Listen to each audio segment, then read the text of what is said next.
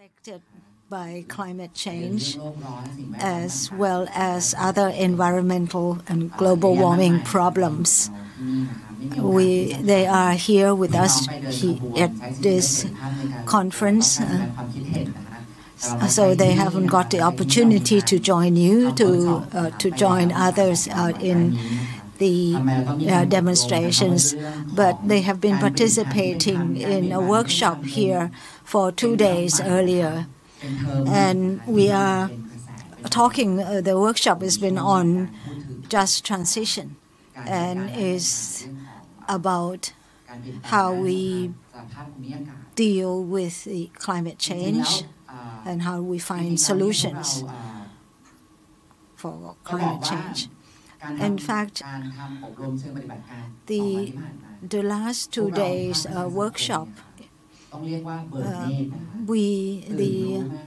the civil society had become more aware of the global issues, because earlier we've been working more at the local levels, and we had been informed about the international mechanisms that can be accessed by local groups, particularly the UPR, the second round of UPR. And so the issues that we are discussing in this workshop are taken from the guiding principles, the UN guiding principles on business and human rights, as well as the national action plan, because Thailand has expressed its willingness to comply with the guiding principles. And so the issues there involved the different groups that are impacted by development projects or business operations. And we know that energy is a very important sector, and energy is the key sector to deal with climate change. We used to have various ideas and opinions, but the last 2 days workshop, we've come to realize that everyone will be affected by the current global problems, because we are living on the same earth, the same land. We will not be able to escape the consequences of climate change. We may be able to live comfortably nowadays, and we enjoy having air conditioning in our homes, and we go out, then we find air pollution problems. But we know that all these issues are linked, and we only heard seriously about these issues from the COP26 meeting.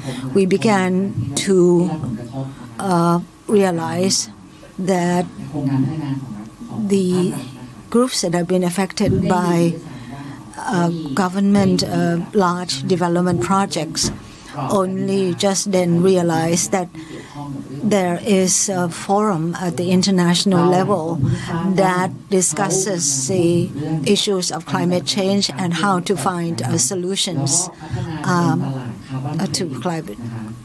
to climate change. And we have heard about carbon credit or carbon market,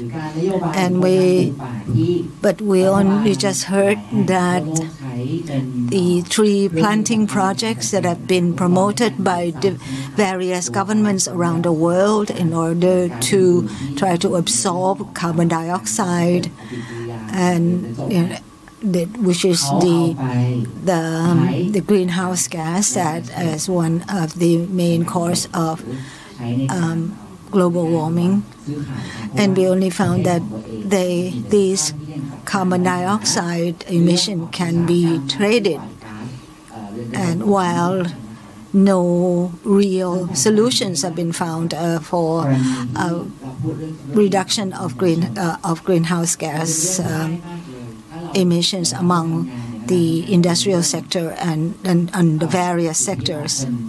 Many of us have been working on the rights of the marginalized groups, and we have been demanding that businesses support employment of people with disabilities. And there is a regulation that there should be one person with disabilities out of 100 workers or employees in each entity. But instead we found that the business had a choice, and they opt to just put the money in the fund instead of having to employ any people with disabilities. So the people with disabilities remain marginalized in the labor market, and we definitely don't want these type of businesses to be operating in our countries. And we don't want to see tree planting or reforestation, which is what every country should promote and should try to do. And we don't want that to be co-opted by the business sector in order to get carbon credits. So these two workshops have been contributing to our awareness that the government and all the actors around the world are involved in the climate change solutions. And so we have decided that we would like to see a just transition that is adopted in every sector of the economy. While we're discussing this, we know that the Urak-Lavoy people cannot find fish anymore, not like before. And we know that people who are dependent on the forest, who feel that they are guardians of the forest, living in the watershed area, and they have noticed that the situation has changed. So they are here with us today, and they would like to communicate to everyone through the People's Declaration.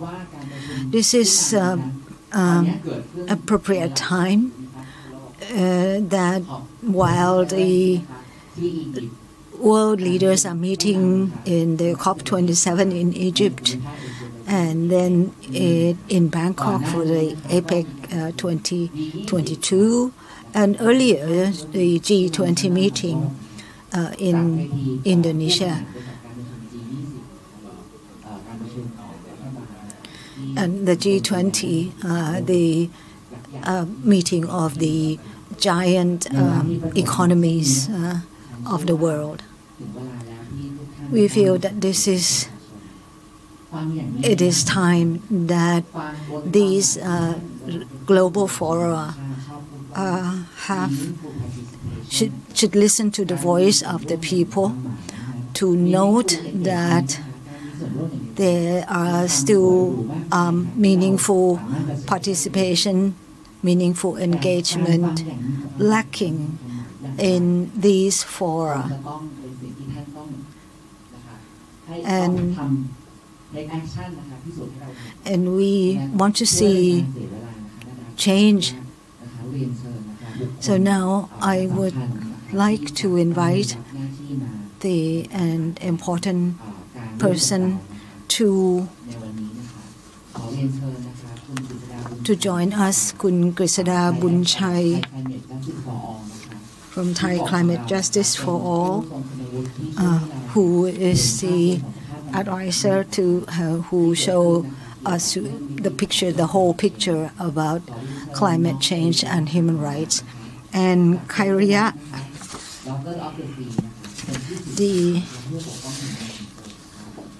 then Gunnari Wongsachon, representatives from the indigenous peoples living with the sea, and Kun Anjali, the human rights defenders who had been working on the Bangkok community project, Kun Nitaya Muang Klang, representatives from the Sap Wai village who have been affected by the reclaiming the forest policy of the government, and she has been sued, and the case is still ongoing, and there is the damage claims on the villagers, altogether about 4 million baht, while the villagers are basically farmers who make a living on growing few crops. Then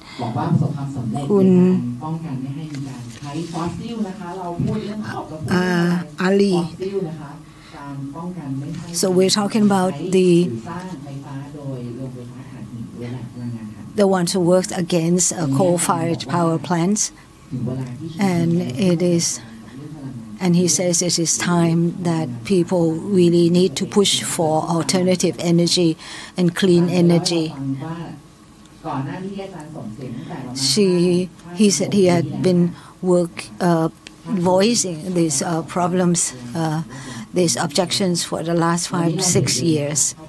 And so if you go if you look at the stock market, you can see that a number of large companies are now engaged in renewable energy. There are so many packages. Yeah. So we have been calling for alternative energy for a long time already. So that's why we need people's participation in all stages. Yeah. So we want to see clean energy, renewable, sustainable energy transition. Kun Aja Lima, who has been talking on the rights of indigenous peoples for a long time, and she's going to be talking about why they don't want mines in the forest. And finally, we also have the Kun Piyapong Kaew Nuan, who is going to be talking, making presentation on the recommendations to the business based on Nern Maprang project in Phitsanulok province, where largest gold mine is being conducted. It's taking place by one of the largest companies of the world based in Australia. And I myself has been sued by a slap case as well, thinking about how people in Phichit have to fight against capitals for a long time, and how they have been victims of litigation damage claims by large companies. We are now today ready to so I would like we are now ready to read our declaration. So I would like to invite the participants to come and stand behind us. And this is the declaration that has been worked on together by us. And please understand, we are exercising our freedom of expression, and we don't intend to breach any law.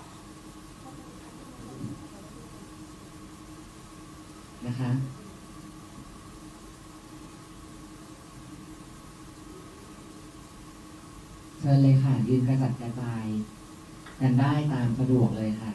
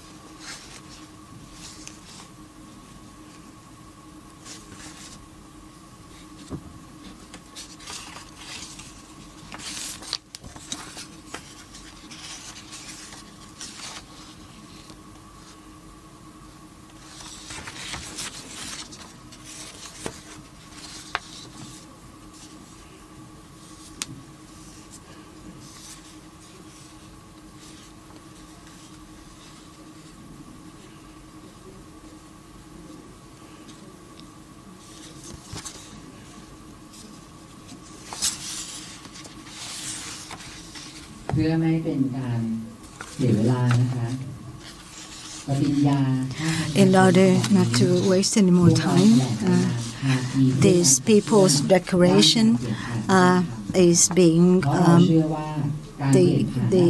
proposed by the Just Transition Movement. We believe that if for any just transition to take place, there needs to be a direct participation by all of the people that have been affected by the earlier policies. Without our participation, there can be no just transition.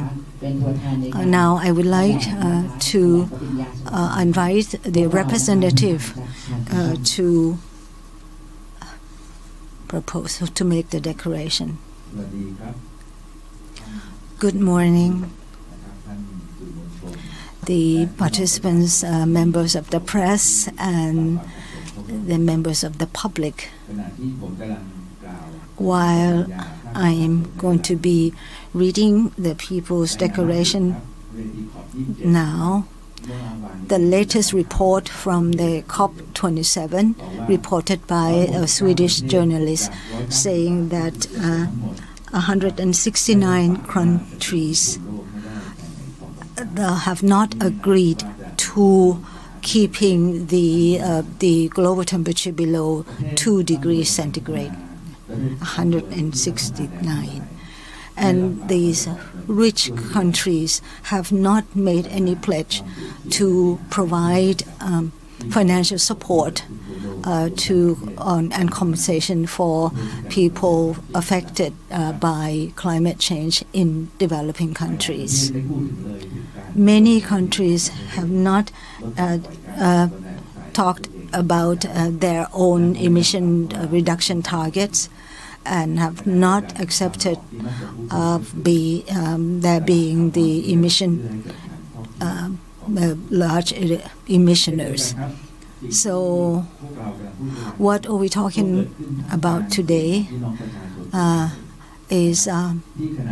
comes from the voices of the people in Thailand who are now forming a rally marching towards the APEC forum venue because we believe that APEC has been supporting greenwashing in its economic agenda. I would like to start to say that this is the People's Declaration for a Just, Feminist, Green and Inclusive Transition on Energy, Environment, Natural Resources and Forests. We are the people of Thailand, local communities, indigenous peoples, including indigenous women, forest-dependent communities, farmers, human rights defenders, environmental and climate activists, youths, representatives of Thailand's Muslim population in Thailand, and LGBTIQ+ persons, migrant workers and sex workers. We are united as the Just Transition movement. We come from different backgrounds, yet we are deeply concerned about the devastating impacts of the climate crisis, which poses a great threat to every life on the planet, as well as to our society here in Thailand. At the same time, we note that with worry, the international and national climate action designed and implemented without our direct participation and disregarding our inalienable human rights. Instead of empty promises and false greenwashing and false climate solutions, we are calling to the COP27 and APEC2022, the Thai government and business enterprises for a just, feminist, green and inclusive transition with human rights and affected communities at the center. In climate crisis, we have been closely observing the impacts of climate change with fear. Extreme weather events such as floods, droughts, heat waves, biodiversity loss, food insecurity, health risks, and many more and others are intensifying as days go by. The impact will be even more devastating for people who have been historically pushed to the margins and who have neither enough resources or choices to adapt. Meanwhile, Thailand is among the top 10 countries in the world impacted by the climate crisis, ranking 9th in terms of vulnerability to the global climate crisis. As the climate crisis worsens, we see no constructive contributions to climate change policies on a global level, nor from our Thai government. According to the latest report of the United Nations Environmental Program in 2022, this year, state parties to the Paris Agreement's targets to reduce greenhouse gas emissions are far from achieving the goal of staying below 1.5 degrees Celsius on global warming. At last year's COP27 and COP27 this year, based on the business as usual levels, Thailand announced its updated nationally determined contribution to cut down by 40% of carbon emissions by 2030, reach carbon neutrality by 2050, and net zero carbon emission by 2065. However, it is an over-promising ambition that makes almost no difference on the current emission levels. So there has been no real reduction in the current emissions. Thailand's power development plan, with a working period of 2018 to 2036, contains significant gaps between its insufficient focus on renewable energies and the ambitious carbon emission targets of the government. In the meantime, the energy crisis triggered by the war in Ukraine and soaring prices of fossil fuels have pushed many into energy poverty, while the fossil fuel companies continue to make record profits at the expense of the people. However, this model of infinite growth in a world of finite physical resources already has a solution: renewable energies that can lead to green energy transition. And there is no future for fossil fuels.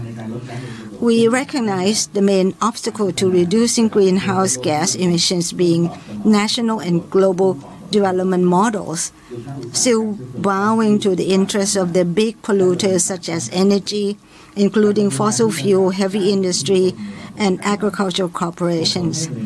Through corporate capture, business enterprise continue to unduly influence decision-making processes on the national and global levels in order to obtain further benefits and maximize their financial gain. Profit is still put over people and the planet. False climate solutions. Despite its new updated climate mitigation targets, Thailand's energy sector is still heavily based on fossil fuels, gas, oil, and coal, contributing around 80% of the total energy supply, with renewables accounting only for 21%. New coal and gas facilities are still being planned. However, on the other hand, the superficial commitments of corporate actors to reduce greenhouse gas emissions and taking responsibility for the exploited ecosystems and destroyed livelihoods led to false climate solutions. Green capitalism supported by governments using the carbon market mechanism to promote its token sustainability.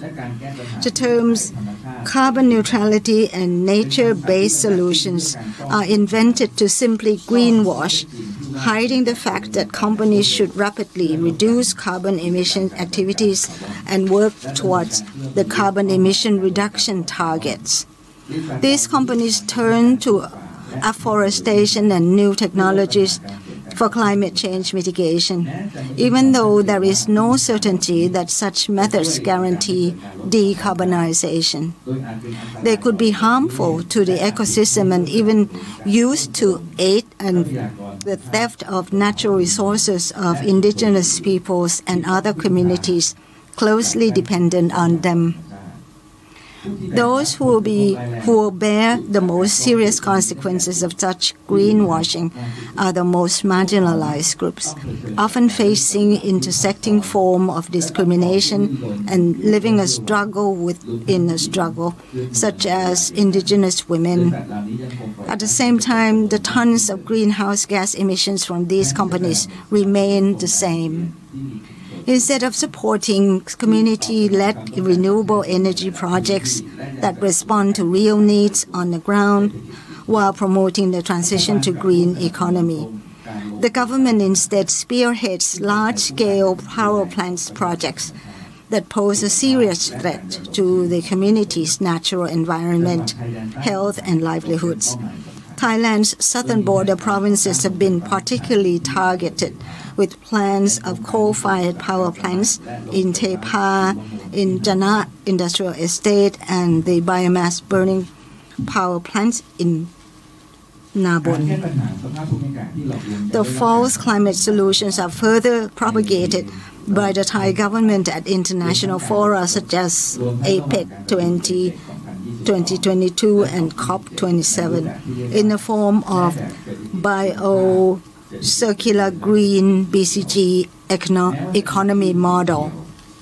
Under the seemingly green name, the BCG gives even more power to corporations to pursue carbon market projects, monopolize natural resources such as seeds, and open doors to genetic engineering.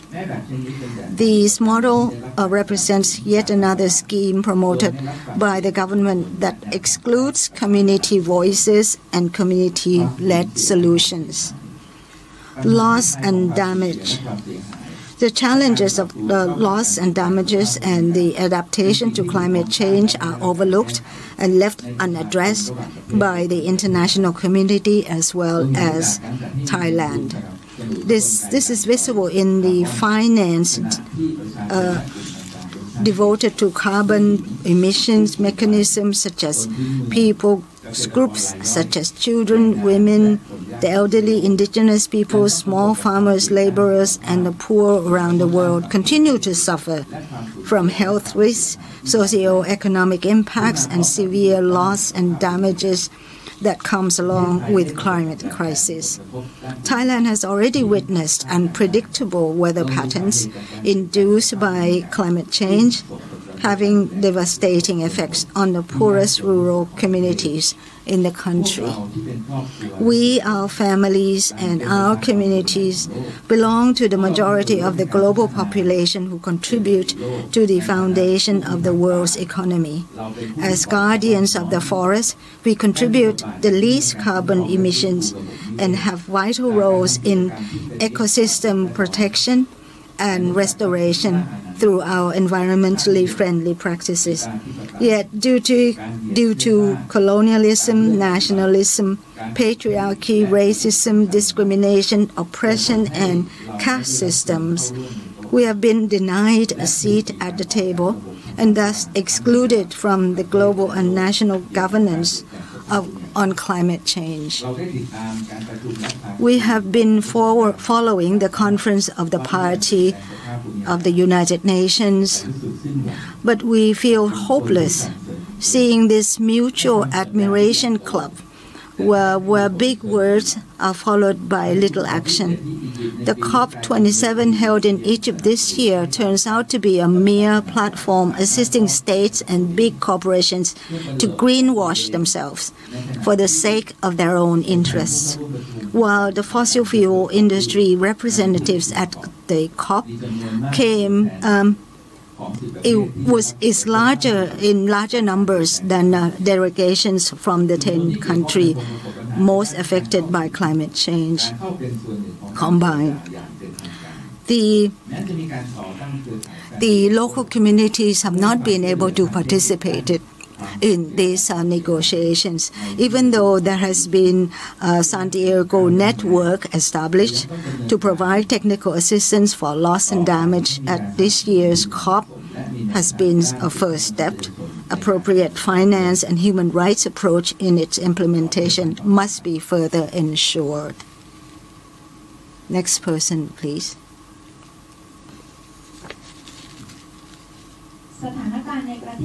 The situation in Thailand. At the same time, policies issued by the Thai government primarily serve the private sector responsible for producing most of the greenhouse gas emissions. Thailand's overall climate performance to reduce emission lacks ambition, and the National Power Development Plan, the PDP, continues to allow the energy and heavy industry companies to carry on their carbon-emitting operations using fossil fuels at the same time. The carbon market policies grant such companies even more benefits. Under the guise of energy security, the transnational investment and business in the Mekong and Salween river regions have caused grave ecological and human rights impacts. Thai investors, including state-owned enterprises, have financed large-scale hydropower projects domestically and in Cambodia, Myanmar, and especially in Laos, which is quickly becoming the unsustainable battery of Southeast Asia, with the plans for numerous dams built around the country, aiming to export the electricity to Thailand. Even though the No Lao community people have contributed in any way, in any significant way to carbon emission. The Thai government also encourages private companies to have leading roles in proposing policies or developing carbon credit mechanisms to assist and benefit themselves. For instance, on the 5th of October 2022, the Thai cabinet approved private companies to lease national reserve forest land. This development comes after years of the government's-led push to evict indigenous peoples and forest-dependent communities from their lands with conservation areas in the name of forest reclamation policy. The cases in point are the current indigenous Bangkok community and the Sap-Wai villagers, and many other around the country. They have been criminalized under Thailand's forest conservation laws, evicted from their ancestral lands, and facing intimidation, harassment, and physical and mental violence from government officials.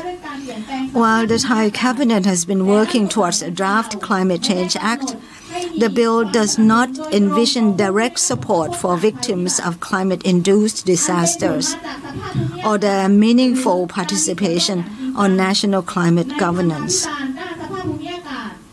The cabinet plans to introduce draft legislation to the parliament next year, although now already the government uses it to promote greenwashing as carbon credits.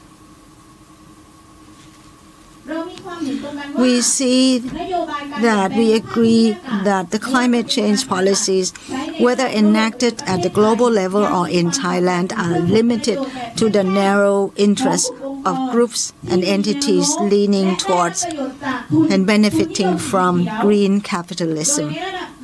In this process, the breadth of knowledge of local communities and their deep understanding of the multidimensional climate crisis impacts is disregarded totally.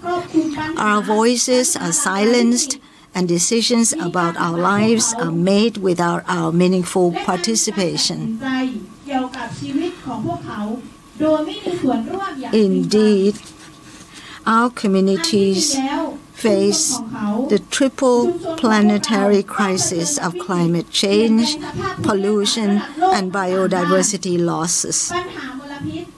However, the crisis of democracy and shrinking civic space in Thailand makes our fight even more challenging.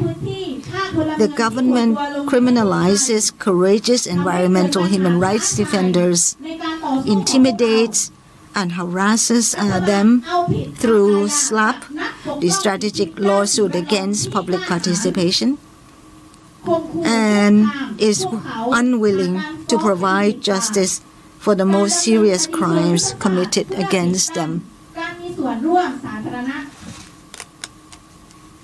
และไม่อำนวยความยุติธรรมในกรณีที่พวกเขาตกเป็นเหยื่ออาชญากรรมอย่างร้ายแรงที่สุด Now,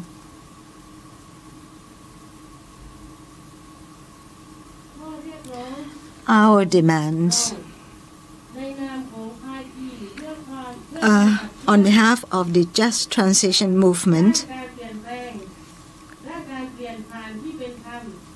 And it's an intersectional coalition of grassroots communities, civil society groups, environmental human rights defenders, indigenous peoples, women, migrant workers, LGBTIQ+ persons,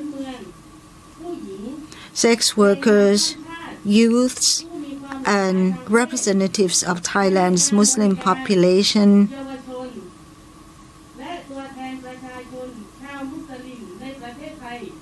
We propose the following demands to COP27 and APEC2022.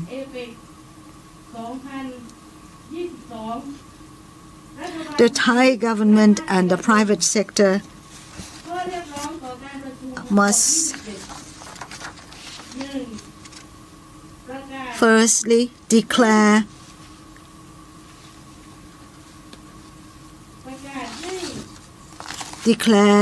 the climate crisis an emergency and make it a policy of utmost priority, set unconditional targets to reduce greenhouse gas emissions in order to control the increase in global temperature to be lower than 1.5 degrees Celsius by 2030. Take concrete steps to move away from fossil fuels and shift to clean and renewable energy solutions.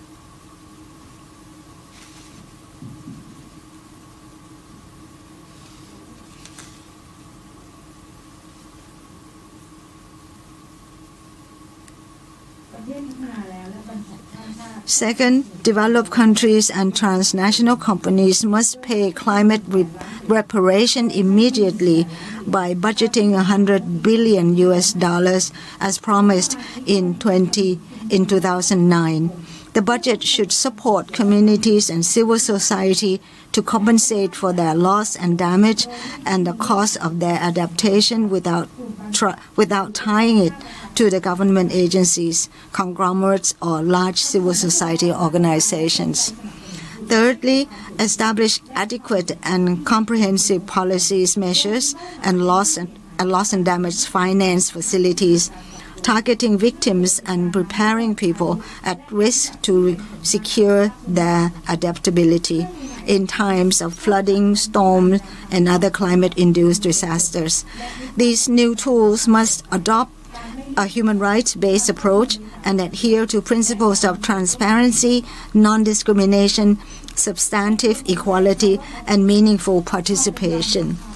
Fourth, reconsider carbon offsets, carbon neutrality, and carbon market and carbon credit policies.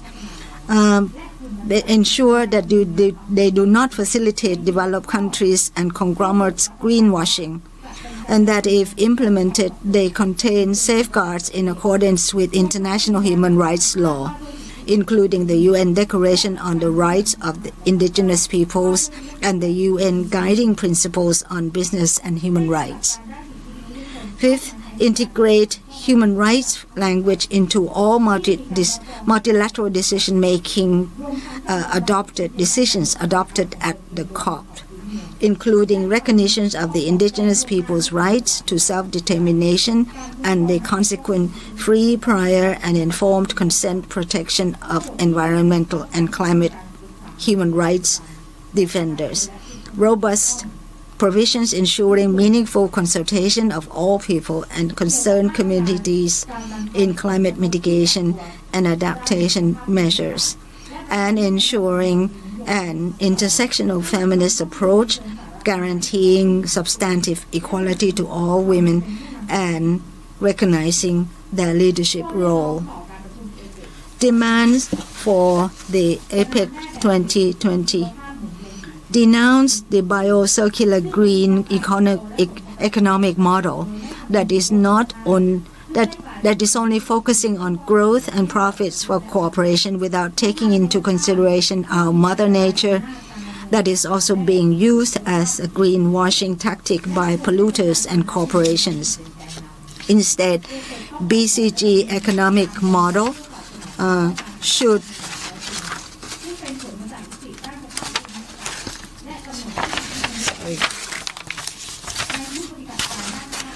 must be decentralized and should be led by the people and local communities on the ground. APEC must design and implement mechanisms truly addressing people's needs arising from the climate crisis and centering their human rights in all areas of climate action, such as climate change mitigations, adaptation, and addressing loss and damage. To have positive impact, BCG economic model should improve the livelihoods of grassroots economies while economically profiting them, rather than solely enriching corporations destroying our environment. Ensure that APEC is open and is democratic space. Demands for the Thai government. 1. Ensure that the national policy and legislative frameworks related to climate change, energy, the environment, natural resources, and forests, such as the Draft Climate Change Act. They must be in accordance with Thailand's international human rights obligations and are built around basic human rights principles of non-discrimination and meaningful participation. In accordance with the 5 recommendations of Thailand's 3rd Universal Periodic Review related to climate action, in particular, the recommendations received from Fiji, Cyprus, Maldives, and Costa Rica. They must ensure the effective participation of concerned communities, including women in all climate action. And then protect the crucial role of environmental human rights defenders and proactively prevent the use of SLAPs through new standalone anti-SLAP legislation.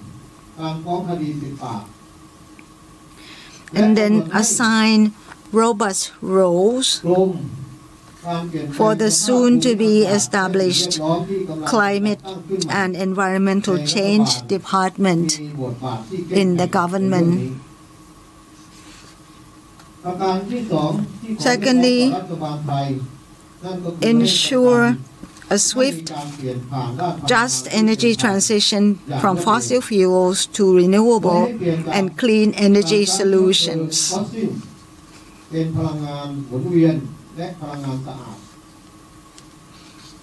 Develop an energy system with good governance and transparency.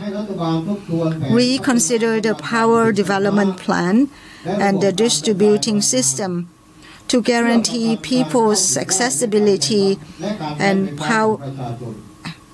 people's accessibility to power. Reduce excess power capacity and its financial burden on people. Stop investing in new fossil fuels, coal, and gas facilities, as well as false climate solutions that negatively impacting people and the environment, such as hydropower dams.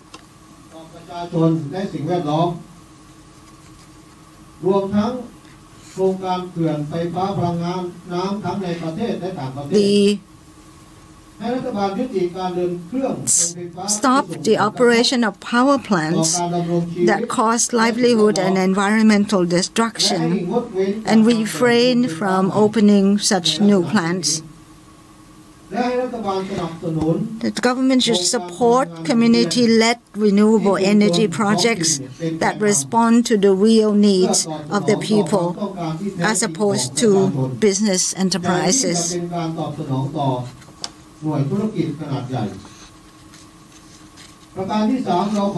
Thirdly, we would like to demand that a complete transition from monoculture farming driven by conglomerates to agroecology within 2030. Promote small-scale farmers, indigenous peoples, local communities, and urban residents to have roles in reducing GHG emissions. Preserving local and diverse seeds and advancing adaptability, food security, and biodiversity among the people.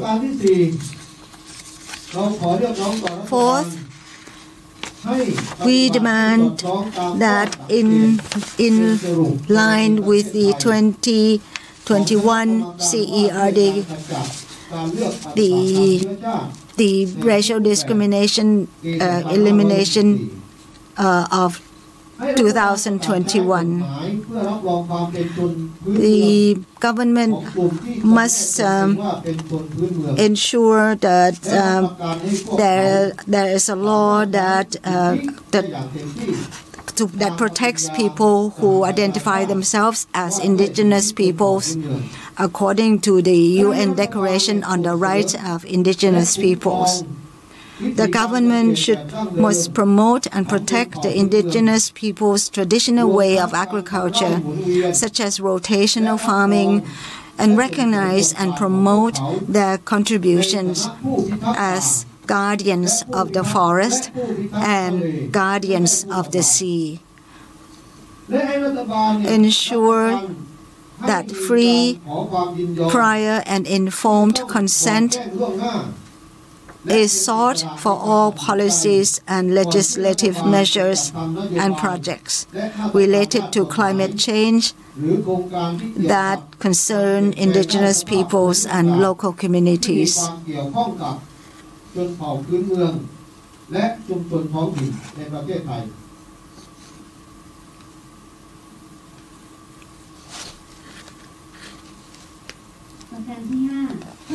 Number 5, reconsider forest reclamation policy and ensure that any national policies aiming at increasing the total forest area must respect the human rights of the population living or making livelihood in these areas.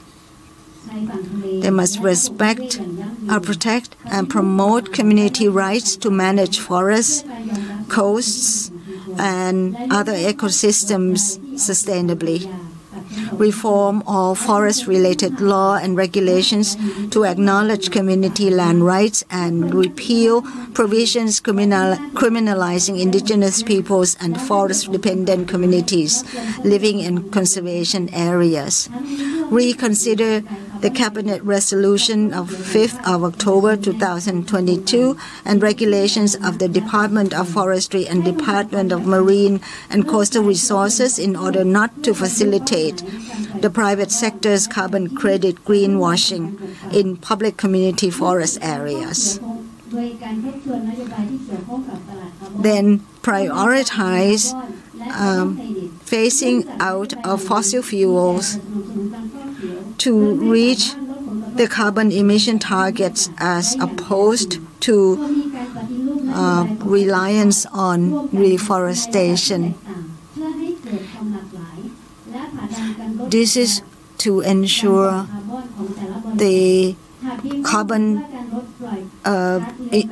reduction of carbon emissions among the business entities.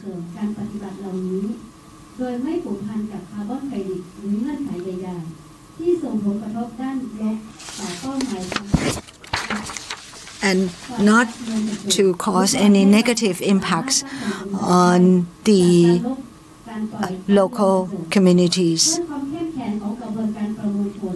To end greenwashing by reconsidering policies related to carbon market, carbon neutrality, and carbon credits.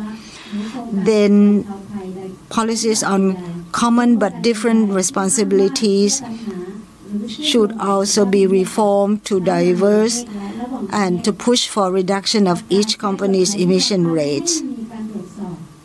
There has to be to ensure that the business and human rights principles are complied with to prevent the infringement of human rights on communities. Developed transboundary cooperation among citizens in the region, as for example Mekong or ASEAN, to learn and mobilize policies and actions to withstand and remediate from disasters and increase adaptability. 9. Develop future forecasts, design and plan immediately, with broad and meaningful participation of the concerned population to prepare for and adapt to climate change impacts,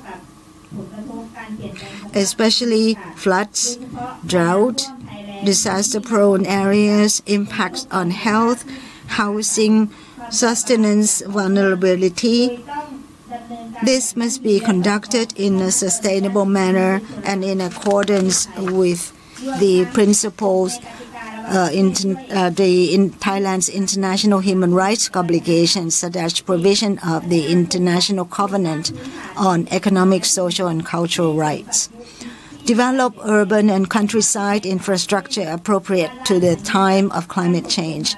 For example, town planning, public transportation, renewable energy system, food security system, rewilding areas, climate adaptation, resource management, education, and so on. Develop these as public welfare system where people are protected and benefit fairly and equally. Then reduce the inequality gap and create economic, gender, social, and political justice, because the climate crisis does not exist in a vacuum, but occurs in relation to the economic, social, and political system that is docile to power, resource, economic, and social monopoly. Adopt definition of just, feminist, green, and inclusive transition that acknowledges the role of grassroots communities in finding and implementing solutions to climate crisis and take steps in this regard. Demands to the private sector. Firstly, the private sector shall stop exploiting natural resources and shall stop violating our environment. Instead, the private sector must respect internationally recognized human rights and adjust its practices to be compliant with the UN guiding principles on business and human rights. Thailand's National Action Plan on Business and Human Rights and must establish an effective human rights due diligence process, as well as a grievance mechanism open to public seeking remedy for human rights impacts of business operations. Secondly, a private sector responsible for emitting the most greenhouse gases in the country must account for their actions by reducing and ending the GHG emissions in their production processes. และลดลง 20% ภายในปี 2563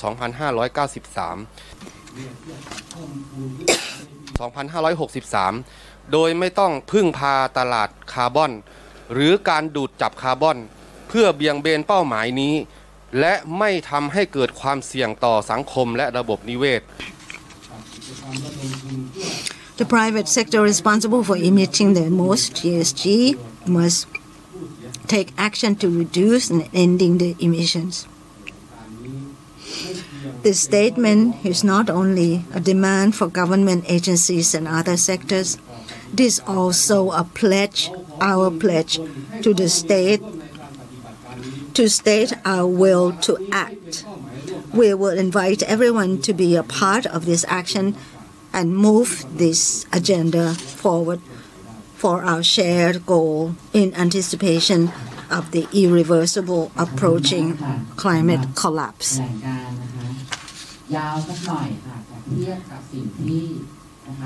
Thank you very much for the declaration. It's a bit long, but compared to the COP27 and the APEC2022, it's not that long.